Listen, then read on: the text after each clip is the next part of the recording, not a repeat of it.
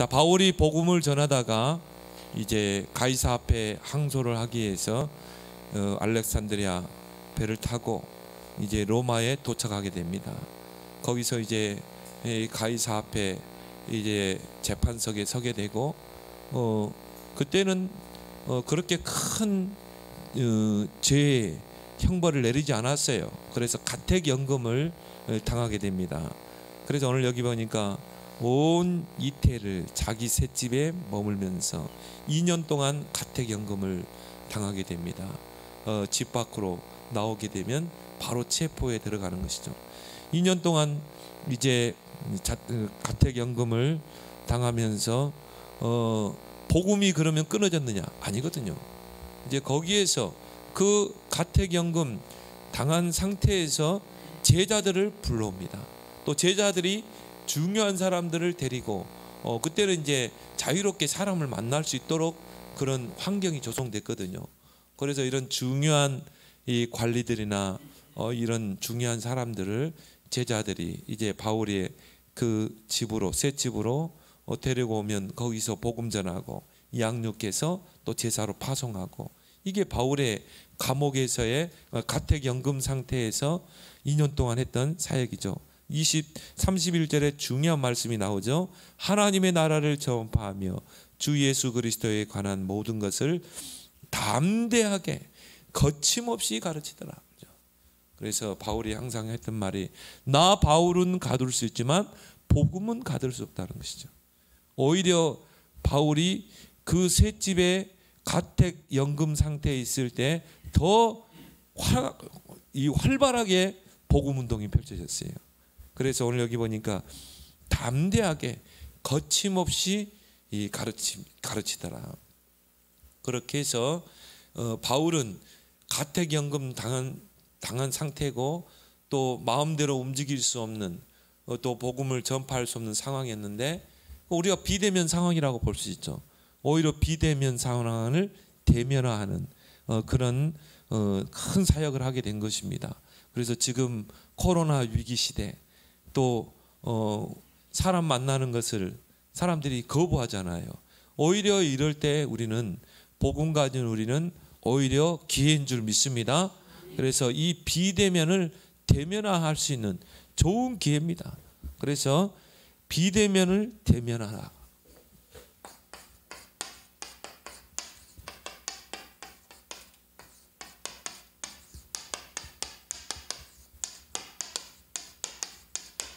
소리 안 나죠?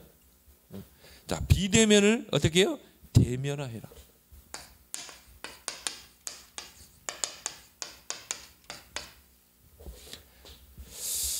그래서 예수님께서도 이 비대면 시대를 앞에 두고 분명히 기독교를 핍박하고 박해하는 그런 시대가 올 것이다. 그걸 내다보고 부활하신 예수님이 제자들을 감람산으로 불러 모았죠.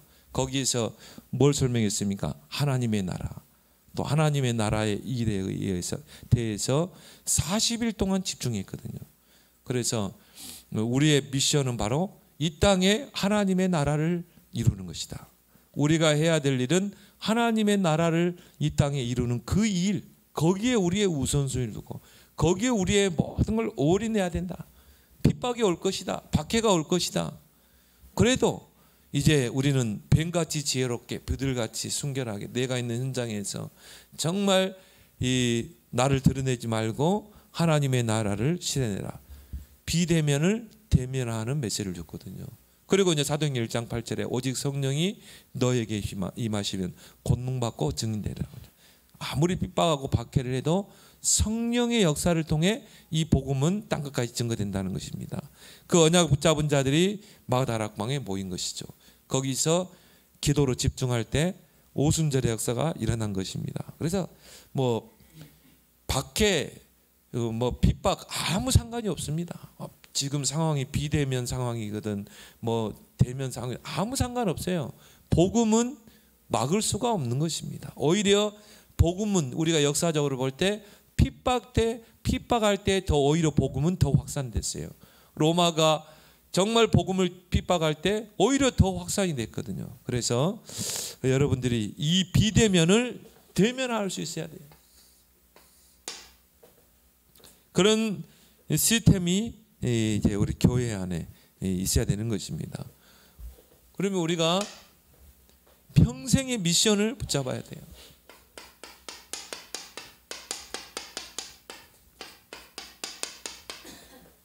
평생의 미션을 여러분이 붙잡을 때, 언약으로 붙잡을 때 하나님이 그때 회복하는 게 빛의 경제입니다.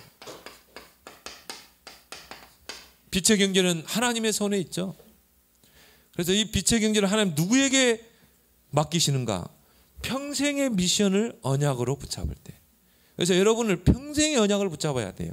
세 가지 평생의 미션 뭡니까? 237. 나는 237 나라를 살릴 것이다. 5천 종족 살릴 것이다. 이걸 여러분이 언약으로 딱 붙잡는 거예요. 나하고 237이 너무 멀어 절대 이 응답이 안 옵니다. 왜 그렇습니까? 이거는 전 세계에 빛이 발해져야 되는 경제이기 때문에. 그렇죠? 여러분 237을 나의 237로 붙잡아야 돼요. 그래서 예수님이 처음부터 그렇죠? 부활하시고 처음부터 모든 민족으로 제자 삼고 온천에 다니 만민에게 복음을 전파하라. 뭐 기차도 비행기도 없던 시절에 예수님께서는 땅 끝까지 증인되리라 그러죠. 이거는 내 현실과 상관없어요. 상관없이 여러분의 언약으로 붙잡아야 된다 이 말이죠.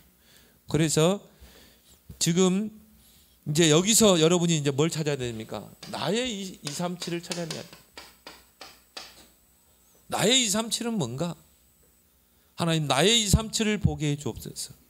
내가 할 수 있는 237 응답을 주옵소서. 이걸 놓고 계속 기도하면 어느 날 보이게 되어 있습니다. 그래서 여러분들이 알 것은 국내 체류 외국인이 140만이에요. 점점 숫자가 늘어나고 있습니다. 국내에 와 있는 이주 노동자가 60만이에요. 몇 년 전만 해도 50만이었거든요. 벌써 60만이 됐어요. 여러분 주변에 이런 외국인 근로자들을 쉽게 볼 수 있을 것입니다.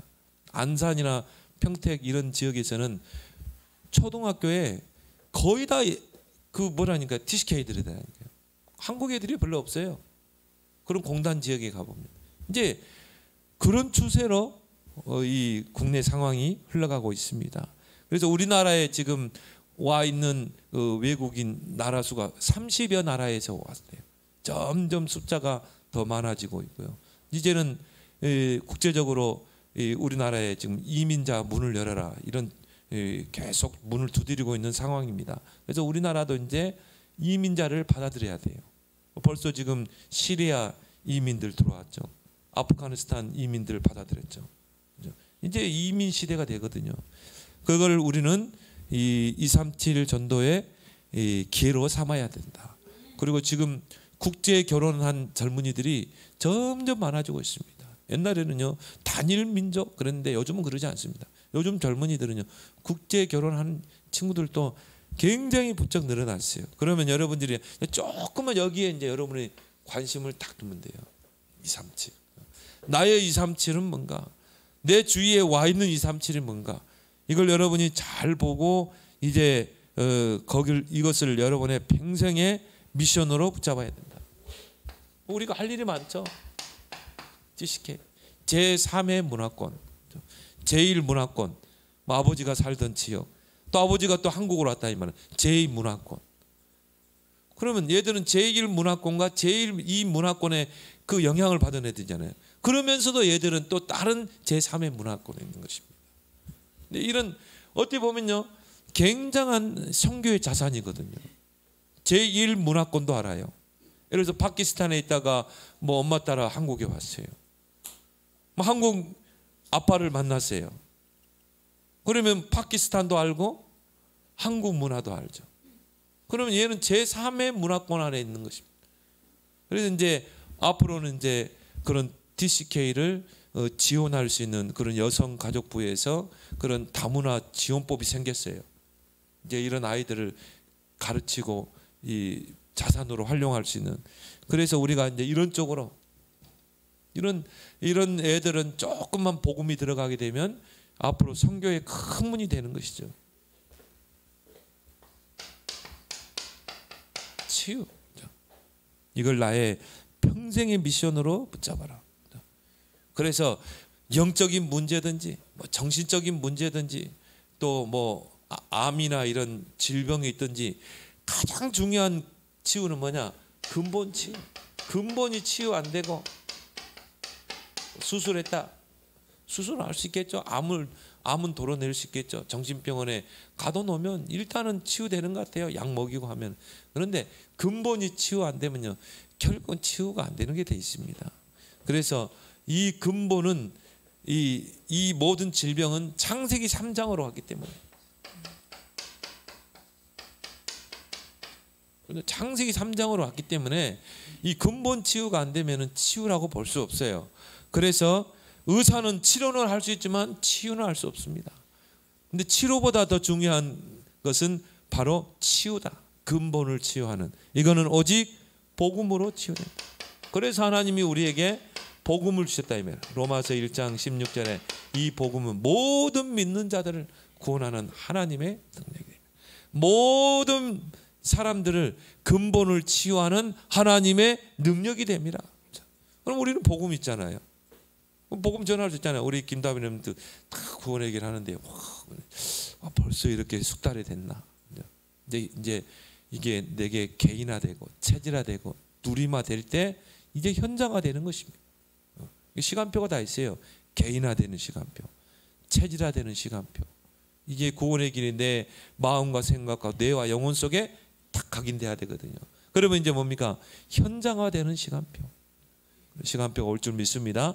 그래서 우리가 렘넌트 예배 때 계속 구원의 길을 그리게 하고 여러분들이 매일 구원의 길을 그려야 되는 이유가 뭐냐? 어느 날 이게 딱 나온다니까요. 아까 우리 렘넌트들한테 그런 이야기 했지만 서당 함께 3년이면 풍어를 먹는다. 식당 함께 3년이면 라면을 끓여 먹는다. 옛날에 그런 말 했잖아요. 그죠? 계속 여러분이 개인화시키고 체질화시키고 이게 내게 누림이 되고, 누림이란 말은 이 구원의 길이 나의 메시지로 딱 다가와야 된다 이 말이에요. 아, 진짜 하나님 떠난 인생은 창세기 3장이구나. 불신자 6가지 상태 속에 살아가고 있구나. 직접 내 눈으로 보여지고 친구들을 통해 보여지고. 그래서 그리스도밖에 없구나. 이거는 세상 철학과 선행과 과학으로 되는 게 아니구나. 이건 오직 그리스도로만 되는구나. 구원의 삶직, 그리스도의 삶직, 구원받은 자의 축복. 이게 이제 내게 누리마가 될 때 현장화 되는 것입니다. 이제 진짜요, 막 이 만나는 사람이 있습니다. 구원의 길을 풀어내는 것입니다. 답을 주는 것입니다. 시간표 올 줄 믿습니다. 그래서 전도는 시간표. 여러분은 다 치유할 수 있어요. 이제 이 부분에 여러분이 딱 답이 나야 하나님이 이걸 회복하시죠. 빛의 경제. 그래서 여러분 주변에 많을 겁니다. 영적으로 시달리고 우울증, 뭐 조울증, 뭐 공황증, 뭐 어마어마해요 지금. 이런 사람들을 여러분이 근본을 치유하는 다락방을 해라. 다락방이라는 게 다른 게 아닙니다. 메시지만 계속 전달해 주면 돼요. 그래서 이제 이 복음 편지가 새롭게 이제 개편됐습니다. 아마 내일부터 이제 화요 집회 때부터 내일 모레죠. 이제 개편된 이 복음 편지로 하게 되고 다 지금 초창기 때 메시지로 다 바뀌었어요. 그래서 복음 편지도 보니까 대충 보니까 하시아솔의 오도무유치 등야 석가가 한 말이죠. 나마다 경영이 나온 부분이죠. 그러니까 이제 이런 메시지도 초창기 했던 복음 편지 그 원색의 그 메시지가 다시 개편됐거든요. 원래 걸 회복한 거예요. 모든 거 새 생명도 그렇고 현장 복음 메시지도 이제 원색적으로 들어가야 됩니다. 왜요? 실제적으로 사단에게 붙잡혀 있거든.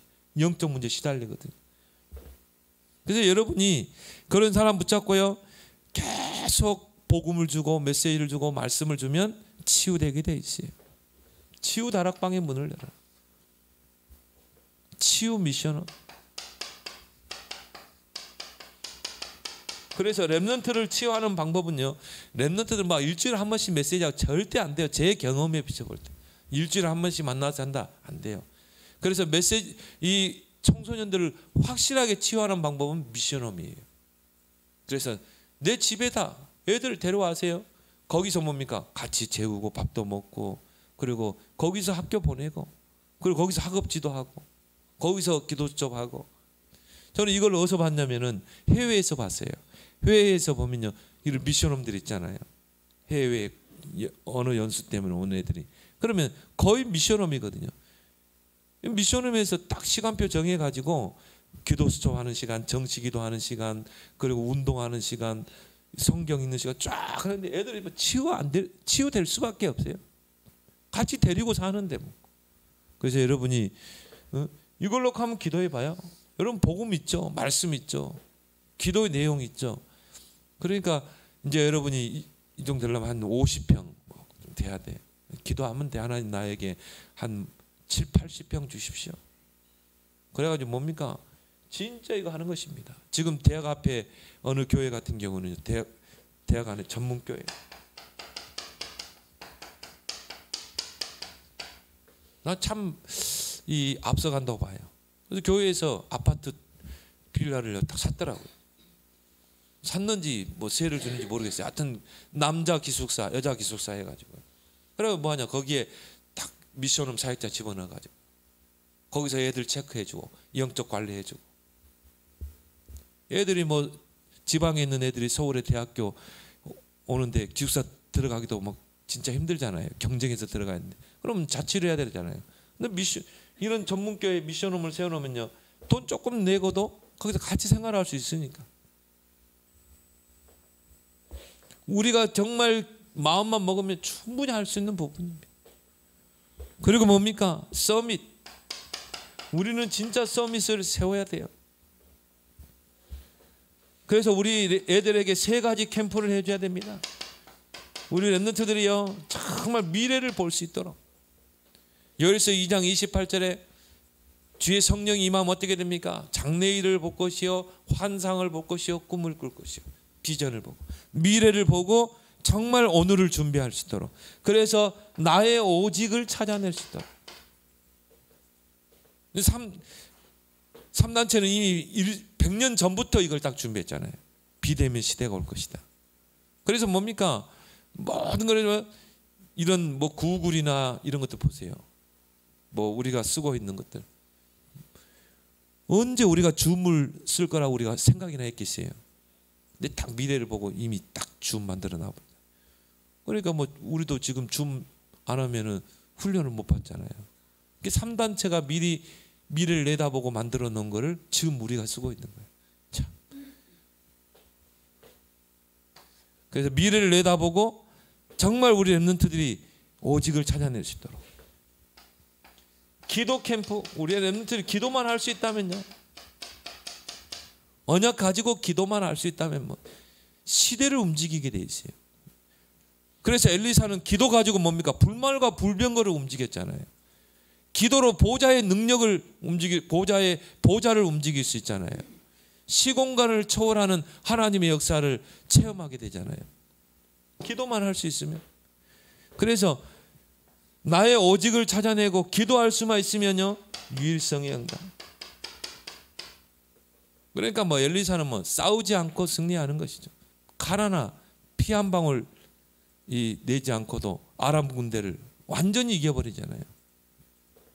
불말과 불병거가 동원되니까 이 아람 군대가 다 소경이 되잖아요.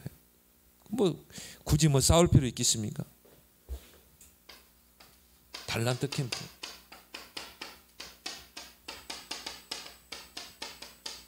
솔직히 세상 사람들이 쓰는 단어가 양육 강식이고 적자생존이지, 우리에게는 그런 말이 필요가 없는 것입니다.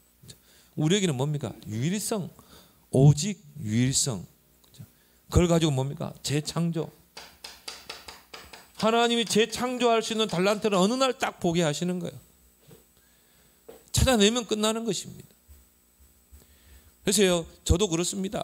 미래를 보면서 앞으로 이제 시대는 어떤 시대일까 딱 보고 우리가 우리 자녀들에게 가이드를 해줘야 돼요.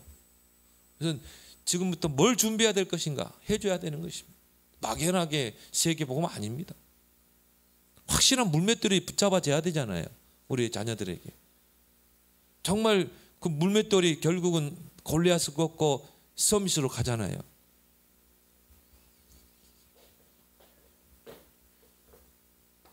근데 이게 우리 부모도 한계가 있고 우리 교회도 한계가 있고 우리 가정에서도 학교에서도 한계가 있어요. 그래서 우리가 RUTC를 세우려고 해요. 여러분이 강북 RUTC를 넣고 정말 기도하길 바랍니다. 여러분이 헌금한 것이 요즘 차곡차곡 쌓여가지고요, 한 몇 억이 생겼어요. 근데 그거 가지고 전세도 아직 안 되는 거예요. 전세하면 뭐 7, 80평이라도 얻어가지고요, 거기 쪼개고 쪼개서 문제, 거기서 뭡니까 영성훈련도 하고 기도스쿨도 하고 거기서 인턴십도 하고 서밋스쿨도 하고 다 할 텐데, 여러분이 그걸 놓고 기도하길 바랍니다. 근데 지금 보니까 우리 노예도 큰 교회가요, 그 RUTC를 할 수 있는 교회, 뭐 사랑교회 같은 경우는 RUTC를 할 수 있는 큰 교회. 근데 서울에는 땅이 없어. 성전도 하고 예배도 드릴 예배당과 RUTC를 할 수 있는 그런 땅이 없어요. 나는 그럼 우리 교회가 하면 좋겠다. 나는 요 뒷산 딱 그림부터 풀리면 배반 너무 좋잖아요. 여기다가 성전 짓고 그리고 뭡니까 RUTC도 하고. 그래서 제가 섬겼던 목사님이요, 그 봉화산 밑에, 야 거기 뭐 봉화산 거기 뭐 아니 공원이 너무 좋더만요. 바로 밑에 교회를 샀다니까요. 그러니까 뭐 RUTC도 랩넌트 훈련할 수 있는 장소도 있고요, 성전도 있고. 기도하길 바랍니다. 그래서 강북 RUTC를 마음에 담아라. 여러분 이거를 평생의 미션으로 딱 붙잡을 때 하나님 이걸 회복하신다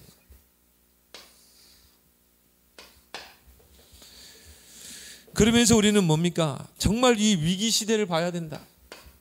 하나님은 위기 시대 때마다 비대면을 대면화하는 조직을 갖춘 교회를 통해 하나님 시대를 살렸어요. 그래서 이 초대교회 얼마나 박해가 심했습니까? 유대인들의 그 핍박과 박해가 말이 아니었죠. 뭐 금종령을 내리고 그리고 뭡니까 잡아가고 스데반 집사는 순교를 당하고 뭐 이런 상황이었습니다. 그리고 베드로도 결국은 뭐 법정에 서게 되고 이런 상황이죠. 그러니까 초대교회는 드러내고 막 다니면서 뭐 전도하고 이런 상황이 아니었어요. 그래서 철저하게 비대면을 대면화하는 조직으로 가게 된 것입니다. 그래서 언약을 붙잡은 자들이 어떻게 했습니까? 교회에 모여서 더불어 마음을 같이하여 오로지 기도에 힘쓰니라. 그래서 이런 위기 시대 때마다요, 기도 운동이 일어나야 돼요. 기도 운동 일어나서 뭡니까? 영적인 힘을 키워야 돼. 한번 비대면 조직을 한번 보세요.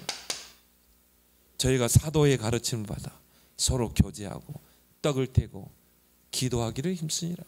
은밀하게 드러내지 않고 교회 모여서 말씀 받고 흩어져 가지고 뭐예요? 떡을 떼고 점조직으로 집에서 지하에서 떡을 떼고 또 뭡니까? 기도하기를 오로지 힘쓰니라. 그런데 어떤 역사가 일어났어요? 3,000 제자가 일어났다. 저기 이 복음을 박해하는 그 나라 가보니까요, 드러내놓고 예배 못 드려요. 그럼 뭐냐? 결국은 초대교회 상황으로 가거든요. 그래가지고 뭐냐면은 다 지하로 숨어 들어가가지고 거기서 은밀하게 예배드리고, 예배드릴 때는 커튼 다 내려요. 그리고 뭐냐? 아예 그냥 아파트 제일 위층을 얻어요. 이 그런 중국의 그 아파트를 보니까 제일 위층은 복층으로 되어 있어. 다락이 있어 위에. 복층으로 되어 있으면 이게 거기를 다 얻어요. 근데 우리처럼 막 엘리베이터가 아니야, 없어요. 걸어가야 돼. 와, 힘들더라고요. 거기 올라갔다는데. 그러니까 한 4박 5일 사역하면요, 거기 갇혀 있어야 돼요. 뭐 올라 내려가기도 힘드니까. 거기서 먹고 거기서 강의하고. 거기에 이제 다 거기서 밑에 층은 여자들의 숙소, 위에는 남자들 숙소. 그래가지고 뭐 몇 시간 동안 열차 타고 와가지고요, 먹을 거 다 싸들고 쌀이랑 뭐 싸들고 와가지고 밥에 먹고 거기서 메시지 듣고. 나는 보면서요, 이야 진짜 비대면을 대면하는 조직이다. 막을 수가 없습니다. 오히려 코로나 상황 딱 일어나니까 줌으로 막 더 제자들을 일으키고, 막 제주도 불러가지고 우리 이번에 갔다 왔잖아요. 그 교회에서 그거 하잖아요. 패키지로 딱 끊어가지고요. 패키지로 끊는데 뭡니까?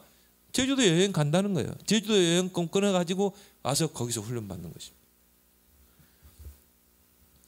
그리고 오히려 핍박의 시대 때 더 비대면을 대면하였다. 3천 제자가 일어났다.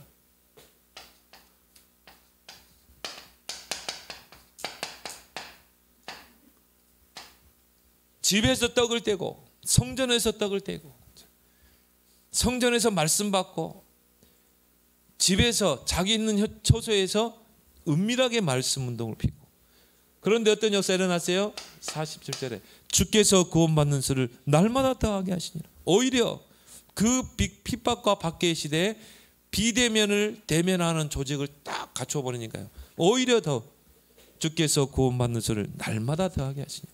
오늘도 바울도 마찬가지죠. 완전히 셋집에 가둬가지고 가택연금 당해버리잖아요. 근데 오히려 더 복음이 확산되잖아요. 거침없이 담대하게 복음을 전했다고 성경은 말하고 있죠. 로마 시대도 마찬가지입니다. 그래서 지금 교회들이 보니까요, 지금 우리 다락방 교회들도 보니까 다 비대면을 대면화하는 시스템을 다 만들고 있어요. 왜? 이게 상황이 앞으로 코로나 상황이 이게 언제 끝날지 모르거든요. 뭐 지금 오미크론이 더 지금 확산세죠. 로마 시대 때 얼마나 기독교에 대한 교회에 대한 박해가 있었습니까? 열 황제가 일어나 가지고 이 기독교를 박해했죠. 바울은 네로 황제가 결국은 이 사형 선고는 네로 황제가 내렸고 감옥에 가뒀고, 그리고 네로 황제가 죽고 그 뒤를 이은 황제가 바울을 처형한 거죠. 단두대에 세운 거죠. 그런 열 황제가 일어나서 기독교를 박해하던 시대, 이 교회는 어디로 들어갔습니까? 로마 지하로 파고 들어간 것입니다. 로마 지하로 파고 들어갔어요. 그래가지고 막 미로처럼 해놔가지고요, 도무지 찾을 수 없는 장소로 숨어 들어간 것입니다. 거기에서 밤에는 모이고 거기서 말씀 받고 기도하고, 낮에는 내 현장으로 들어가서 거기서 뭐 했어요? 예수 생명, 예수 능력. 막을 수가 없는 것이죠. 그래서 그때 당시에 기독교인들의 암호가 뭡니까? 익투스잖아요.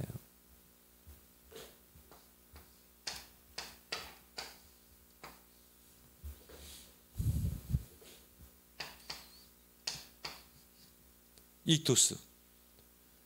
이거는 뭡니까? 이예수. 우리 이예수라고 그러죠. 원래는 이예수, 헬라어로 이예수. 크리스토스. 데오스, 하나님이죠. 예수, 그리스도, 데오스, 하나님. 히오스, 이거는 아들, 하나님의 아들. 그리고 뭡니까? 소테르, 구세주. 그걸 물고기 모양으로 했잖아요, 이렇게.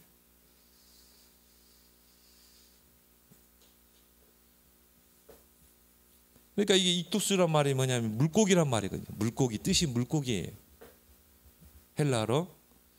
그러니까 이 로마 사람들, 뭐 로마 군병들도 그냥 물고기야, 물고기. 근데 이게 암호였거든요. 예수 그리스도 하나님의 아들 구세주. 그럼 뭡니까? 예수는 그리스도시요 살아계신 하나님의 아들이십니다. 그는 구세주입니다. 마태복음 16장을 익투스로, 암호로 표시해가지고. 그럼 뭐 그 찾아 들어가는 게 뭡니까? 여기다가 이제 눈을 그려놓으면 여기 이제 표식이 화살표 방향이죠. 이쪽으로 가라는 거죠. 이게 카타콤이거든. 기독교인인가 아닌가 딱 펴보는 거죠. 이투스, 기독교인. 철저하게 비대면을 대면한 거죠. 이렇게 해가지고 어떻게 했습니까? 250년 만에 기독교가, 로마는 기독교를 국가 종교로 승인하게 된 것입니다. 콘스탄틴 대제가. 뭐 여러 가지 설이 있습니다. 그 어머니가 예수를 믿어가지고, 그리고 그 영향력 속에 콘스탄틴도 예수를 믿게 되고 국교화했다. 그런 말도 있고, 꿈속에 하나님이 나타나가지고 콘스탄틴 대제에게 로마를 기독교 국가로 만들어라. 뭐 그런 말도, 그런 설도 있고요. 이 카타콤에서 세운 제자들이 이제 들어가가지고 뭡니까? 가정부로 들어가고, 그때는 파티 문화잖아요. 귀족들은 다 파티하는 거예요. 자식 안 키워요. 다 뭡니까? 유모한테 다 맡기고 젖 먹이고, 그리고 가정교사 둬가지고 다 교육시키고, 그리고 남자들 여자들은 다 파티에 가. 파티에. 그러면요, 기독교인들이 뭡니까? 젖 먹이면서 그리스도 심고, 애들 가르치면서 가정교사 하면서 정말 몽학 선생이 돼가지고 그리스도 가르치고, 250년 동안 했는데 어떻게 됐습니까? 로마의 중요한 핵심 요직에 다 기독교인들이 다 앉아 있는 거예요. 근데 기독교인들이 손 놔버리면요, 로마가 마비될 정도로. 뭐 그런 설도 있고. 중요한 건 뭔가 250년 만에 로마는 기독교 앞에 두 손을 든 것입니다. 이게 바로 비대면 대면화 조직인 것입니다. 우리가 이제 앞으로 회복해야 될 시스템이죠.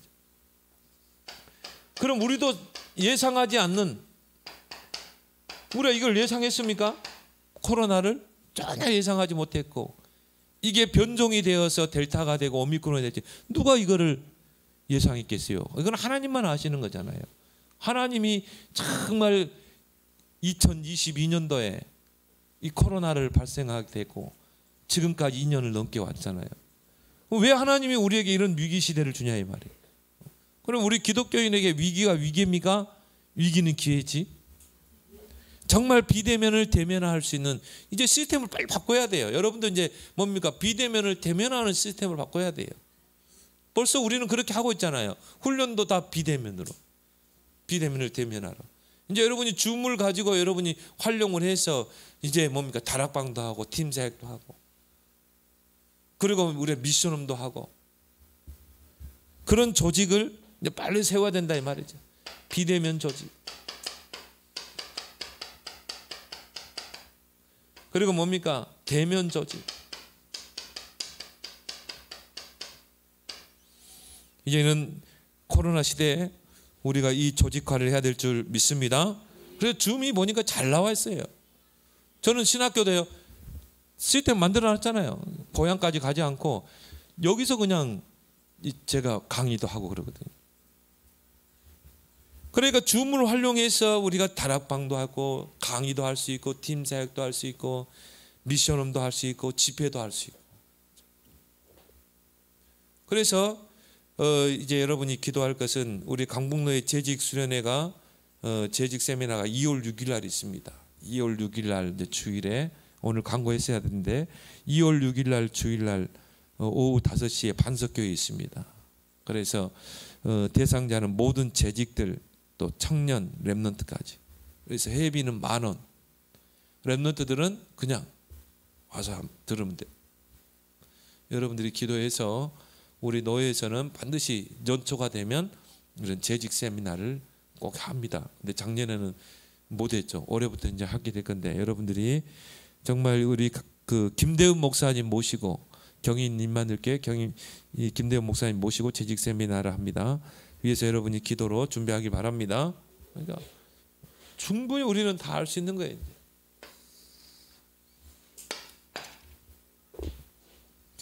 그래서 이제 우리는 비대면을 대면하라, 하나님의 메시지. 비대면을 대면할 수 있는 3가지가 있습니다. 상담, 복지, 요양.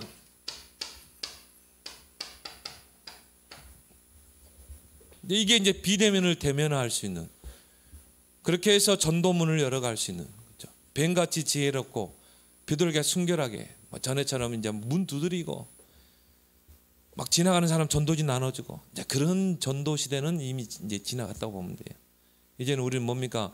이 시대에 맞게 이제 비대면을 대면하는 이 전도 사역으로 우리는 준비를 해야 돼요. 그래서 이번에 우리 사모님하고 저하고 상담 그 훈련을 받고 왔어요. 그래서 사모님이나 저는 이미 뭐 상담 자격증도 있고요. 그리고 에고그램으로 전에 이제 가정 상담도 처음에 우리 교회 개척할 때 교회 개척하고 제가 상담 사역을 했거든요. 청소년 상담센터에서 학교 현장에서 에고그램 가지고 MBTI 가지고 또 그림 치료 그런 걸 했었거든요. 또 우리 사모님도 이제 그런 치료사 자격증이 있고요. 상담사. 그래서 우리 지도자들은 이미 요건이 갖춰졌기 때문에 속성으로 해가지고 이번에 8개 이제 그 상담사 자격증을 이렇게 받았어요. 그래서 거기에 뭐 가정폭력 상담, 또 뭐 성폭력 상담, 또 청소년 상담, 뭐 노인 상담, 또 이렇게 마약 중독 상담 8개 이제 이 상담사 자격증을 땄습니다. 그래서 우리는 상담소를 개설할 수가 있어요. 이제 이 법적으로 15병 공간만 있으면 이 상담소를 개설할 수 있습니다. 그렇게 해서 이제 상담소를 가지고 이제는 어느 현장이든 다 들어갈 수 있거든요. 왜냐하면 이제 이런 문제들이 가정 문제, 이런 자녀들 문제들이 중독 문제들이 시대 문제가 되게 돼 있거든요. 그래서 이 상담을 통해서 어느 현장이든 파고 들어갈 수 있어요. 그래서 이번에 또 그 하나의 상담 기법 중에 심리 상담 기법 중에 도형 심리 상담 기법이 있어요. 그걸 가지고 이렇게 해봤는데 뭐 에고그램도 참 정확하게 이 사람의 상태를 분석할 수 있는데 그것도 참 괜찮더라고요. 그래서 이번 또 반석교회에서 그 도형 심리 검사 그 자격증 그 있습니다. 세미나가 우리 성도들 시간 되면 같이 가서 그 훈련을 좀 받았으면 합니다. 그래서 이제는 이제 이런 쪽으로 그래서요. 이제는 뭐냐면은 이 상담소를 이 자격증이 있으면 개설할 수 있어요. 근데 사모님도 있고 저는 우리 사모 보고 같이 가자고 그랬거든요. 왜냐 우리 사모가 앞으로 그 부분의 실적을 띄어야 되거든요. 특히 여성 같은 경우는 뭐 여성 성폭력하면 제가 갈 수 없잖아요. 그럼 우리가 사모님이 가야 되거든요. 그럼 우리 사모님이 실질적으로 상담 사역을 하고 저는 소장으로서 이제 저는 있고 그러면 뭐 사모가 상담 가면 혼자 갑니까? 우리 이제 집사님 같이 가서 같이 상담도 하고 해야 돼요. 그래서 이제 4명만 있으면 이제 상담소를 개설할 수 있습니다. 일단 사모하고 저 두 사람이 있고 2명을 딱 끼워 놓으면 돼요. 그래서 그러면 상담소를 할 수 있고 3년이 되면은 나라에서 보조가 나옵니다. 1억 5천 보조가 나오고 또 뭡니까? 거기 상담 요원들은 나라에서 페이를 제공하게 돼 있어요. 그렇게 이제 여성가정부에서 법이 바뀌었습니다. 왜냐하면은 이런 무너진 가정들이 너무 많기 때문에 성폭력, 가정폭력이 너무 많기 때문에 이런 상담소를 개설할 수 있고요.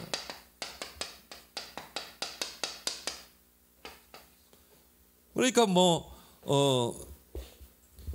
어떤 목사님 같은 경우는 이제 뭐냐면은 어떤 이제 여자가 이제 뭐 이렇게 상담을 하러 왔어요.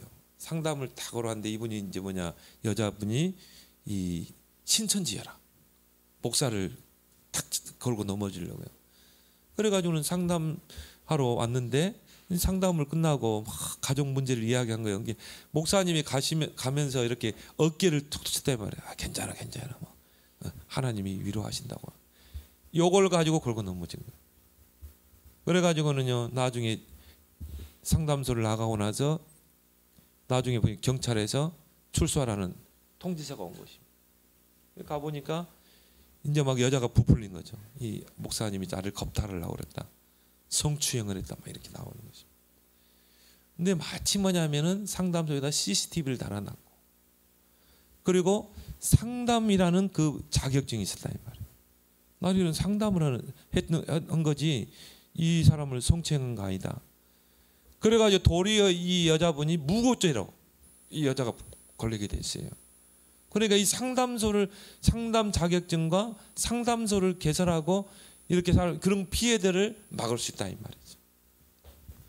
그래서 이 상담소를 개설해서 정말 우리가 만나기도 하고. 근데 이러지 않으면 앞으로 시대는 이제 어떻게 나를 고발할지 모르거든요. 뭐 어떤 얘는 뭐 아동 성추행을 하고 뭐 목사님들이 뭐 곤욕을 치르기도 하잖아요. 근데 상담이라는 걸 들고 나가면 그건 정식적인 이거는 법인이거든요. 상담소는 법인으로 개설할 수 있는 것입니다. 그래서 법적인 보호를 받을 수 있고요. 또 이 접촉정이 자연스럽게 형성될 수 있는 것이죠. 우리가 이 전도지 들고 문 두드리고 얼마나 힘듭니까? 문전 받기도 하고요. 조롱 받기도 하고. 그런데 상담소는 내가 찾아가는 게 아니라 찾아오게 돼 있어요. 가족 문제, 자녀 문제로 찾아오게 돼 있는 것입니다. 그러니까 접촉정이 자동적으로 형성이 될 수 있다 이 말이죠. 그리고 거의 뭐 상처 있고 뭐 이런 사람들이기 때문에 우리가 복음으로 근본을 치유하고 답을 줄 수 있잖아요. 또 지역사회와 연결할 수 있다.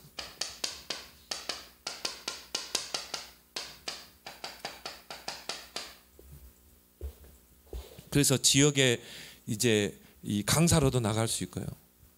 지금 이제는 모든 뭐 30명 이상 사업소에서는 상담이 다 받게 돼 있어요. 앞으로. 그리고 이제 초등학교도 전에는 한 명의 상담 교사를 두게 돼 있는데 이제 초등학교도 6명의 상담 교사를 상주시켜야 돼요. 초등학교 1학년부터 6학년까지. 그렇게 이제 강화되는 것입니다. 지역 사회와 연계되고 그리고 이제 뭡니까?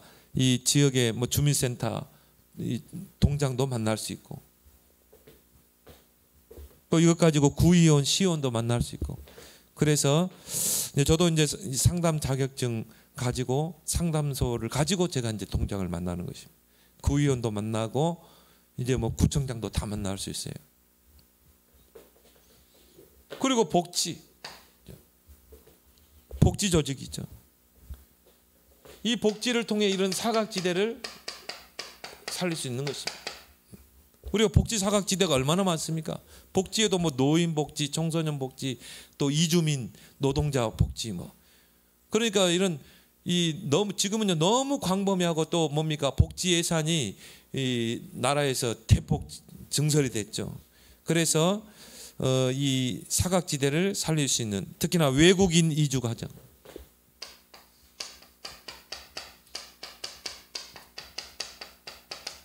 그래서 우리 아파트에만 봐도 몇 가정이 들어와 있어요. 외국인 이주 가정. 그러니까 이제 이런 가정들을 이 복지라는 차원을 가지고 들어갈 수 있는 것입니다. 그래서 지금 지역적마다 우리나라 지역적마다 이주민 그 지원센터가 세워졌어요. 여성가족부로 해가지고 이제는 다문화 가족 지원법이 생겼습니다. 다문화 가족 지원법.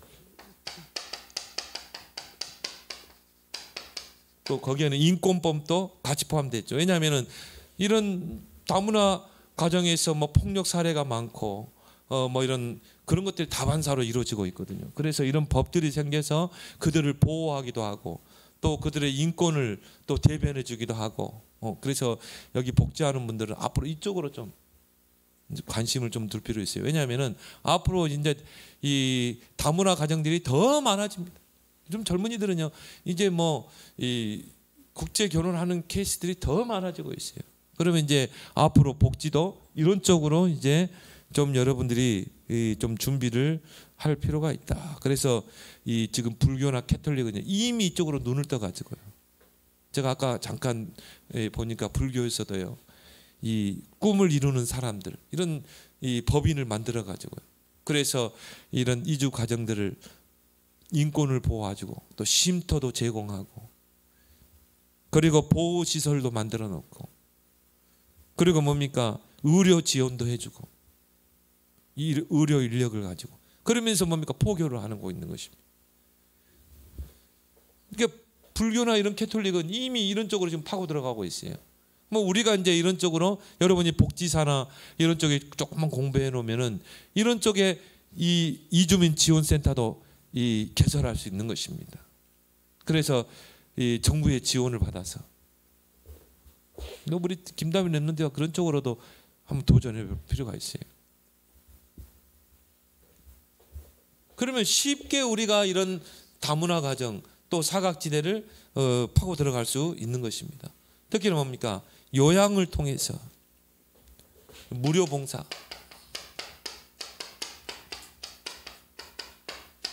미용, 또 목욕 이런 걸 통해서 뭡니까? 이 복음으로 접근할 수 있고, 지금 그냥 우리가 전도하러 요양원 같은 데 들어간다, 절대 문 안 열어줍니다. 그런데 이제 이런 무료 봉사 이런 걸 가지고 들어가면 들어갈 수 있거든요. 그리고 이제는 협동조합을 쉽게 결성할 수 있어요. 그래서 여러분 교회들이 보면 협동조합을 많이 세우죠. 그래가지고 뭡니까? 뭐 바리스타 교육하고 뭐 카페를 열고, 뭐 제가 여기 전에 몇 년 전에 임플란트 이렇게 했는데 보니까는 종로 쪽에 굉장히 저렴하더라고요. 그래서 어떻게 누가 소문을 해가지고 갔는데 보니까 뭐 거기 있는 어떻게 간호사들도 나이가 많이 들었고요. 50대 넘은 것 같아. 의사도 보니까 막 나이가 들어 보여요. 서울대 뭐 치대 출신이라고 하는데 보니까 나이가 들었어. 보니까 협동조합이에요. 큰 교회에서 의료 협동조합을 만들어 가지고 그 치과를 세웠어요. 그러니까 이거 서울대 치과 병원에 있던 분이 실력은 있잖아요. 연세가 좀 있어서. 근데 보니까 잘해요. 제가 이렇게 오른쪽에 했는데 너 진짜 잘했던 것 같아요. 저렴한 가격에. 그러니까 이런 협동조합 성격을 띠고 이렇게 의료 쪽이나 요양 쪽으로도 할 수 있는 것입니다. 그래서 이제 앞으로는 이런 쪽으로 전도문을 열어가야 된다. 여러분이 기도하시면서 저는 이번 그 상담 세미나를 보면서요, 야 그래 이 상담은 앞으로 전도의 큰 저촉점이 될 것이다. 이쪽으로 좀 준비를 좀 하고 기도하려고 합니다. 여러분 중에도 요양이나 복지 이런 쪽으로 여러분이 전문성을 갖춰서 이 비대면 시대를 대면화하는 그런 전도운동에 쓰임 받길 바랍니다.